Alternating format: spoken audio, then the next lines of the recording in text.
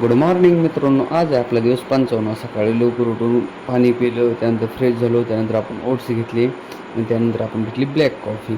त्यानंतर आपण जिममध्ये गेलो.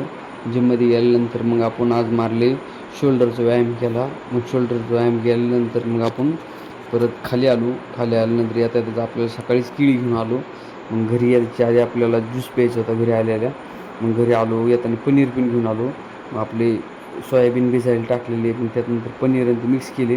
आपण गेलो कामावर. आज होता एरिया आलेला, एरियाचं काम केलं. आज आपल्याला घरी यायला उशीर झाला. आज आपल्याला घरी यायला 6 वाजले. 6 वाजता घरी आलो. घरी आल्यानंतर आधी आंघोळ करून जेवण केलं. लई भूक लागली होती. मग त्यानंतर आपण पुस्तक वाचलं. पुस्तकाचे आज आपण 10 पेज वाचले.